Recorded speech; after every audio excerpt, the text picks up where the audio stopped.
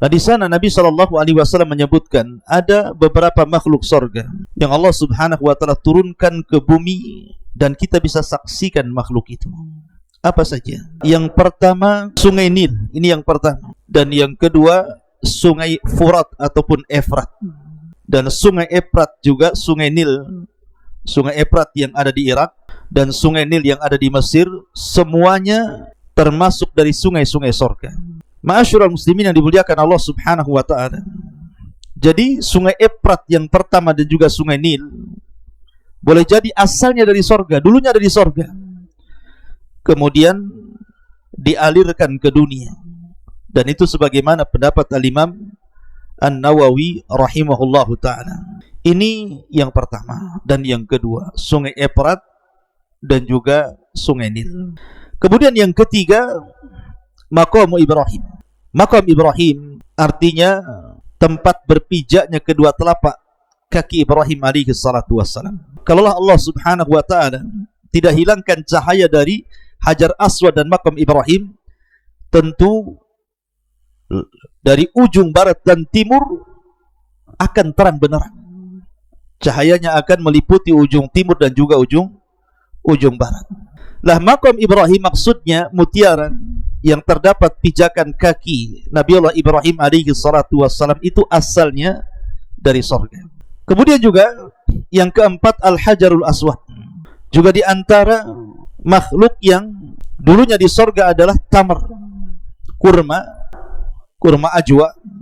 Ini di antara 5 perkara yang disebutkan oleh para ulama tentang makhluk-makhluk surga yang ada di bumi. Pertama Sungai Efrat, yang kedua Sungai Nil, yang ketiga Maqam Ibrahim, yang keempat Hajar Aswad, dan yang kelima Korma Ajwa. Dan tak lupa salawat dan salam kita haturkan kepada baginda Nabi besar Muhammad sallallahu alaihi wa ala alihi wasallam. Ma'asyiral muslimin yang dimuliakan Allah Subhanahu wa Ta'ala, pembahasan di siang hari ini kita akan membahas 5 perkara dari makhluk-makhluk yang Allah ciptakan di sorga, kemudian Allah turunkan ke dunia. Apa saja makhluk-makhluk itu? Ma'asyiral muslimin yang dimuliakan Allah Subhanahu wa Ta'ala, kita tahu bahwa sorga adalah darun a'addallahu lil muttaqin, sebuah tempat yang Allah peruntukkan bagi orang-orang yang bertakwa. Dan Allah Subhanahu wa Ta'ala ketika menggambarkan sorga, Allah berfirman, wa basyiril ladzina amanu wa amilus salihati anna lahumul jannah tajri min tahtihal anhar kullama ruziku minha min thamaratir rizqan qalu hadzal ladzi ruzikna min qablu wa utubihi mutasyabiha. Dan berilah kabar gembira kepada orang-orang yang beriman dan juga beramal saleh, bahwa kelak bagi mereka akan disediakan sorga-sorga yang mengalir di bawahnya sungai-sungai. Setiap kali mereka diberikan rizki dari buah-buahan, maka mereka mengatakan, inilah rizki yang telah kami rasakan ketika di dunia. Dan mereka diberikan buah-buahan itu yang mirip rupanya. Artinya ada buah-buahan di dunia yang kemudian ada di sorga, sehingga orang-orang yang di sorga itu akan mengenang makanan-makanan yang pernah dimakan di dunia. Tapi tentu kata Abdullah ibn Abbas radhiyallahu anhuma, persamaan nama dunia dan sorga itu hanya pada nama saja, bukan pada hakikat. Di dunia ada kurma, di sorga ada kurma. Di dunia ada pisang, di sorga ada pisang. Hanya nama saja, tapi hakikatnya ma la ainun ra'at wala udhunun sami'at wala khatara ala qalbi bashar. Kenikmatan sorga itu tidak bisa dilihat mata, didengar telinga, apalagi terlintas dalam pikiran kita pun tidak bisa, saking nikmatnya. Nah, di sana Nabi SAW menyebutkan ada beberapa makhluk sorga yang Allah Subhanahu wa Ta'ala turunkan ke bumi dan kita bisa saksikan makhluk itu. Apa saja? Ma'asyiral muslimin yang dimuliakan Allah Subhanahu wa Ta'ala, yang pertama disebutkan dalam hadis yang dikeluarkan oleh Imam Al-Bukhari dan juga Imam Muslim dari Anas bin Malik radhiyallahu an, qala Rasulullah sallallahu alaihi wasallam, rufi'at li as-sidratu fa idza arba'atu anharin nahrani zahirani wa nahrani batinan, fa amma zahiran fan-nil wal furat wa ammal batinan fa nahrani fil jannah. Kata Nabi sallallahu alaihi wasallam, ketika diperlihatkan kepadaku atau ketika aku diangkat ke Sidratil Muntaha, maka tiba-tiba aku diperlihatkan 4 sungai. Yang 2 sungai yang tampak dan yang 2-nya lagi tidak tampak. Adapun yang tampak adalah sungai Nil, ini yang pertama. Dan yang kedua sungai Furat ataupun Efrat. Adapun 2 sungai yang batin yang tidak tampak adalah 2 sungai yang ada di surga. Ma'asyiral muslimin yang dimuliakan Allah Azza wa Jalla, dalam hadis Muslim ada tambahan wal Furat wan Nail kullun min anharil jannah. Dan sungai Efrat juga, sungai Nil, sungai Efrat yang ada di Irak dan sungai Nil yang ada di Mesir, semuanya termasuk dari sungai-sungai surga. Disebutkan oleh para ulama bahwa yang dimaksud sungai Nil dan Efrat ini adalah sungai-sungai surga. Kata para ulama, la'allal muradu min kauni hadhil anhari minal jannati anna aslaha minha kama anna aslal insan minal jannah. Bahwa boleh jadi maksud Nabi SAW keberadaan sungai-sungai surga yang kemudian ke bumi ini, maksudnya asalnya dari surga. Sama dengan manusia juga asalnya dari surga. Adam alaihi salatu wassalam pernah hidup di surga. Allah subhanahu wa ta'ala berfirman, uskun anta wa zawjukal jannah.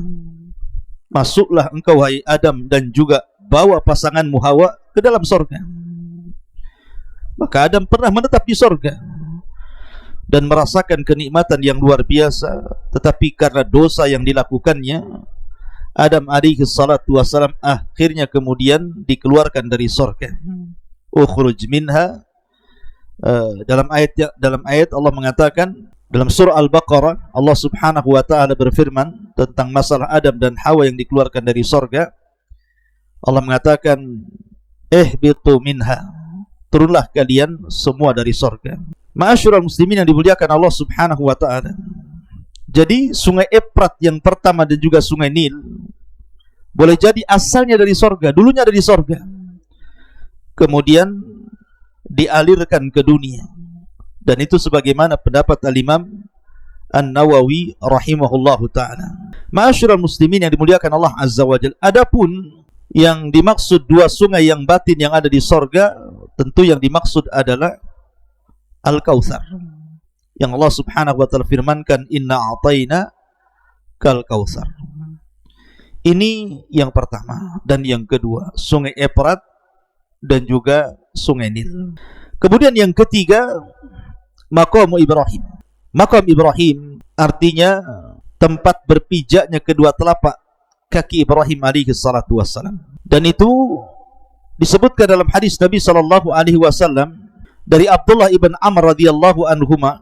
Dia mengatakan, sami'tu Rasulullah sallallahu alaihi wasallam yaqul inna ruknan wal maqama yakutatani min yakutil jannah. Sesungguhnya rukna itu maksudnya Hajar Aswad dan juga maqam, keduanya adalah mutiara dari mutiara-mutiara surga. Tamasallahu nurahuma, Allah subhanahu wa ta'ala padamkan cahaya keduanya.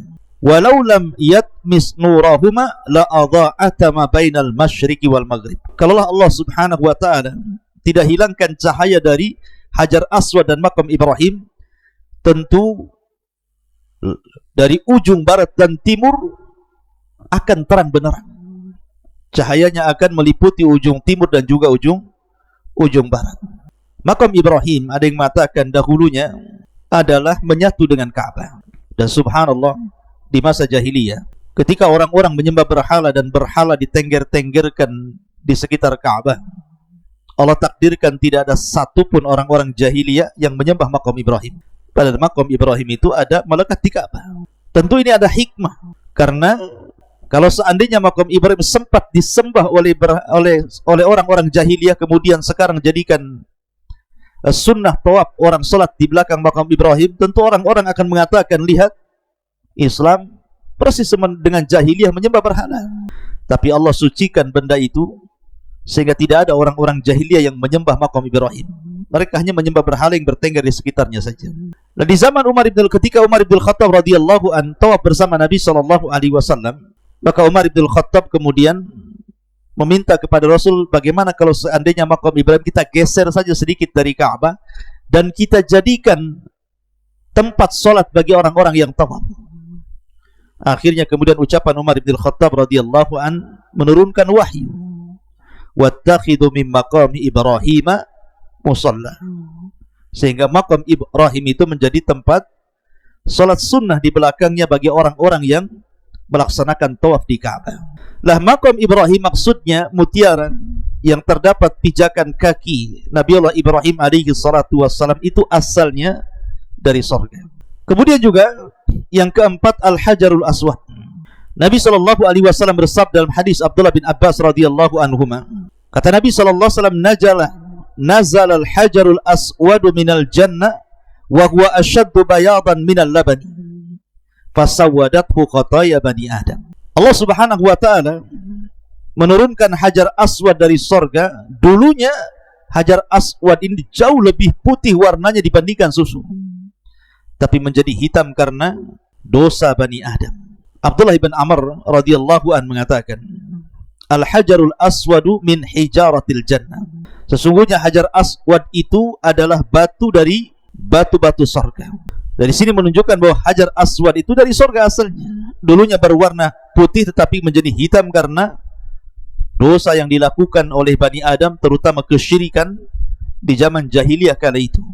Ma'asyiral muslimin yang dimuliakan Allah Subhanahu wa taala. Kemudian juga di antara makhluk yang dulunya di surga adalah tamar, kurma ajwa. Dan itu disebutkan dalam hadis, kata Nabi sallallahu alaihi wasallam, man tusbihu bi sab'i tamaratin lan yusibahu hasadun wala sihrun.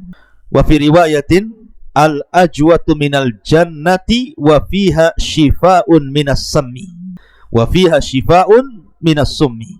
Barang siapa yang di pagi hari seseorang memakan 7 butir daripada kurma ajwa, maka tidak akan tertimpa padanya hasad dan juga sihir. Dan riwayat ajwa itu dari sorga, padanya terdapat obat dari racun. Ini di antara 5 perkara yang disebutkan oleh para ulama tentang makhluk-makhluk sorga yang ada di bumi. Pertama sungai Efrat, yang kedua sungai Nil, yang ketiga makam Ibrahim, yang keempat hajar aswad, dan yang kelima korma ajwa. Ada yang mengatakan bahwa tongkat Nabi Musa juga dari surga. Kemudian juga Raudhatus Syarifah, tempat di mana seseorang berdoa di situ sangat mustajab, antara raudhah dan juga pintu masuk kamar Nabi sallallahu alaihi wasallam. Sebagaimana Nabi sallallahu alaihi wasallam mengatakan, ma baina baiti wa mimbari raudhatun min riyadil jannah. Antara rumahku dan juga mimbarku terdapat taman dari taman-taman surga. Di sini terdapat perkara yang disebutkan oleh Ikrimah dari Abdullah bin Abbas radhiyallahu anhuma. Salah satu asya nazalat ma'al Adam. 3 perkara turun bersama Nabi Adam. Ketika Adam turun dari surga ke bumi, maka turun 3 perkara bersama Adam. Kemudian disebutkan Al-Hajarul Aswad. Yang pertama hajar aswad, yang kedua asa Musa, tongkatnya Nabi Musa yang panjangnya 10 hasta sebagaimana tingginya Nabi Musa. Kemudian Al-Hadid. Ma'asyiral muslimin yang dimuliakan Allah Azza wa Jalla, tapi riwayat ini tidak ada ulama yang kemudian mensahihkannya, wallahu a'lam. Sehingga kita berpegang kepada hadis yang sudah jelas-jelas sahih. Di antara makhluk-makhluk Allah Subhanahu wa taala yang Allah turunkan ke bumi, di antaranya sungai Efrat dan juga sungai Nil berdasarkan hadis Bukhari dan Muslim. Kemudian juga makam Ibrahim, kemudian hajar aswad, kemudian kurma al-ajwa, adapun asa Nabi, tongkat Nabi Musa, dan yang lainnya wallahu a'lam masih diperbincangkan riwayatnya oleh para ulama. Subhanakallah bihamdika, asyhadu an la ilaha illa anta, astaghfiruka wa atubu ilaik.